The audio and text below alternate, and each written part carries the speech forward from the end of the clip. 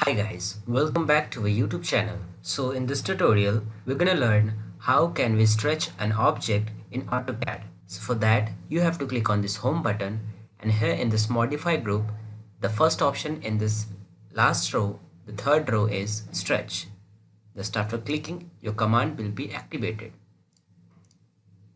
And then you have to select the object. Just after selecting, you have to press enter and you have to select and drag.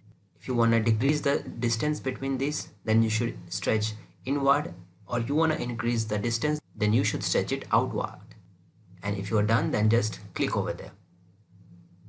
Similarly, you can use the shortcut key. Just use STR and then press enter. Again, select the object, press enter, select and drag.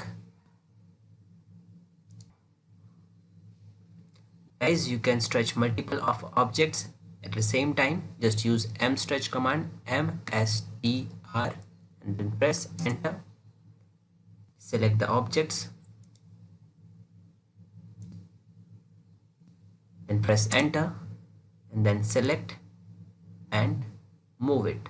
So this way you can stretch an object or the multiple objects. Guys, hope you like this video. Thank you.